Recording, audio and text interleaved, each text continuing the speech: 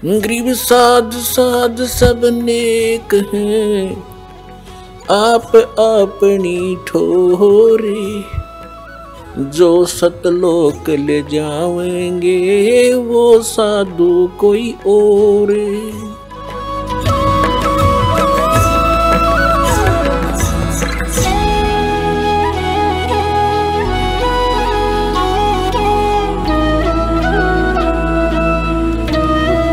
एक और रोग है हमारा, जो वस्तु बगैर प्रयत्न के मिला उसका कदर कम करते हैं। लेकिन अब सियाने बनो, इस ज्ञान को आधार बनाओ, इसकी घनी कदर करियो। ये आम चीज नहीं है। नानक साहिब जी को भगवान ने कहा था कि इस सतनाम को जिक्र मत करना, आप जाप करो। धर्मदास जी से कहा था, धर्मदास मेरी लाख दुआई, ये मूल ज्ञान और ये सार शब्द की तो बाहर ना जाए। ये मूल ज्ञान और सार शब्द बाहर जो पढ़ी, बिचली पीढ़ी हंस नहीं तेरी, आपके लिए खाड़ा था ये सारा। अब आप बिचली पीढ़ी की प्यारी आत्मा उस परमात्मा की, जिनको सहज में मिल गया यो, और धक्के तो देने लग रहे बुला बुला के। कोई भाई जाता है, कोई बहन किसी को बताती है, कोई टीवी के माध्यम से, कोई पुस्तकों के माध्यम से। तो इसका अब कदर करना, इसका और इसका लाभ उठाना। अब जो प्रसंग चल रहा है वहां वो पाते हैं, क्या बताते हैं कि राजा राम की कार उलंघी, गई सीता लंक मझारे, और सेतु बंधा, सेना जब उतरी वो चढ़ गए पद्म 18। कहने का भाव ये है कि जैसे रावण ने भक्ति करी भगवान शिव की और कोबद साथ करया करता, शराब वो पीवे ब्राह्मणों के पंडितों के, मांस वो खावे, पर नारी को उठा के वो ले आया और बकवाद नेरी करे। भक्ता की ये काम होया कर, उसका तो नाश होया कर, आखिर में वैसे भक्ति करे, भक्ति वाला फल अलग है, वो भी साथ मिलेगा फिर। लेकिन परमात्मा की शरण में, कबीर परमेश्वर की शरण में आने के बाद, इस ज्ञान के समाने के बाद आप बकवाद चाह कभी नहीं कर पाओगे। देख लेना, आपको इतनी हेट बनने लग जाएगी अंदर में, और तभी हम सफल होंगे। तो वो भक्ति करा करते किसकी? काल की। और काल के तो ये वो है, पहले तो उसकी वाह वाह करवा दी, सोने की लंका भी दे दी, सारा ठाठ दे दिया, फिर बकल तरवा दिया। लेकिन कबीर साहब आपको सीम ऐसा रखेगा ना मर्यादा में, बिल्कुल पटरी से गाड़ी नीचे उतरी गद मद, फिर क्या रह गया? कहते हैं राजा राम की कार उलंघी। अब ये जो मर्यादा है आपको बताई जाती हैं, इनको ऐसे समझ लेना जैसे लक्ष्मण रेखा थी। राजा राम यानी वो दोनों भाई श्री रामचंद्र जी और लक्ष्मण जी वनवास में साथ में सीता थी, और वहां एक उन्होंने बगीची बना रखी थी सीता ने। एक मर्ग आ गया माया का, सोने का मर्ग बनकर, स्वर्ण का, और उस बाड़ी को तोड़ने लग गया, उसकी फुलवाड़ी को। जब सीता ने कहा कि ये मर्ग बहुत अच्छा है, मुझे बहुत प्यारा लगता है, और इसको पकड़ के लाओ, जिंदा या मुर्दा।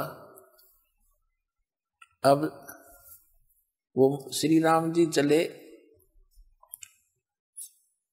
रामचंद्र जी ने कहा लक्ष्मण से कि मैं जाता हूं, तू यहीं रहते, और यहां ध्यान रखना कि वहां राक्षस लोग रहते हैं जंगल में, कुछ सीता को हानि ना कर दें।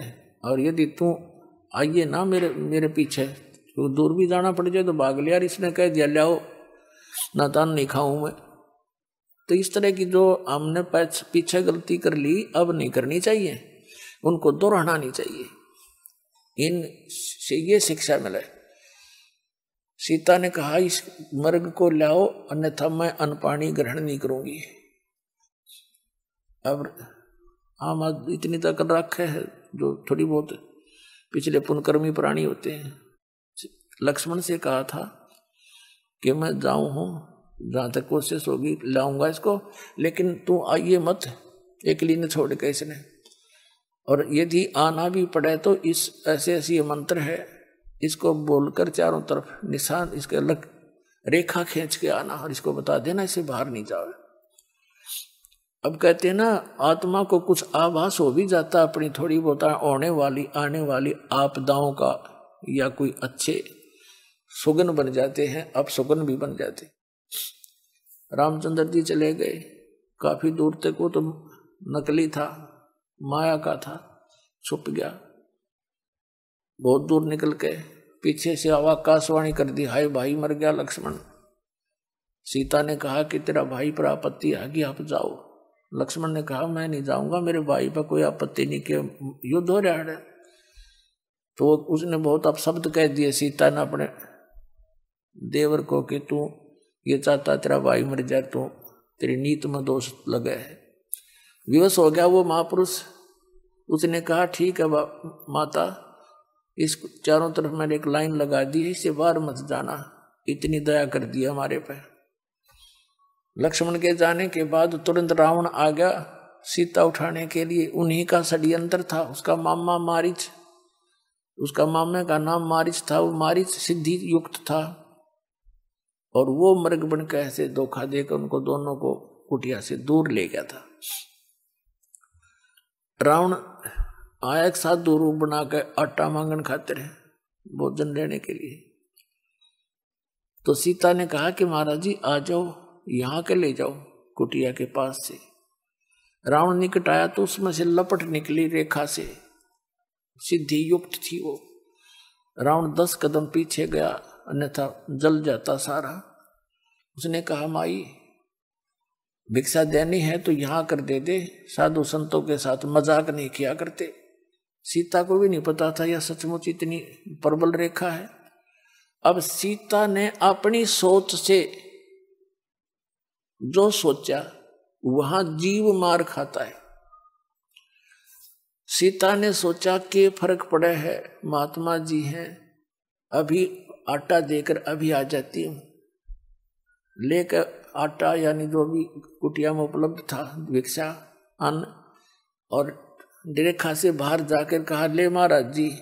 महाराज जी ने तो यहाँ से पकड़ दी हाथ और गेर ली कंधे पे। लंका में जा पटकी 9 लखा बाग में मारक जब चिल्लाती।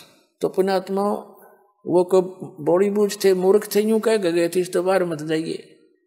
तो हम अपनी जीव सोच से जब मर्यादा भंग करते हैं तब आपत्ति मोल ले लेते हैं। कितना जुल्म हुआ, करोड़ों आदमी मर गए वहां पर, करोड़ों जीव मर गए आपस में लड़ बढ़ के। जब वह सीता वापस आई तो ये जो मर्यादा दास आपको बताता है, इस काल ने समझ लो आपके पाप कर्म समझो, काल समझो, यो तो है रावण, आत्मा सीता, और मर्यादा जो आपकी है ये लक्ष्मण रेखा समझ लिया ना। इसके बाहर जाते काल कभी भी आपका पहुंचा पकड़ देगा और जा पटकेगा नरक के अंदर। तो कहते हैं जब तक हंसा हमारी आना और काल लगे नी तेरा बना।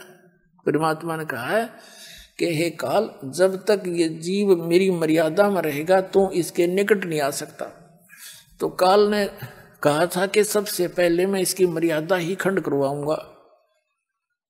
उसने ये विचार कर रखा है कि पहले इसका नाम तुड़वाऊं और फिर इसको सजा दे सकता हूं, वैसे तो नहीं दे सकता।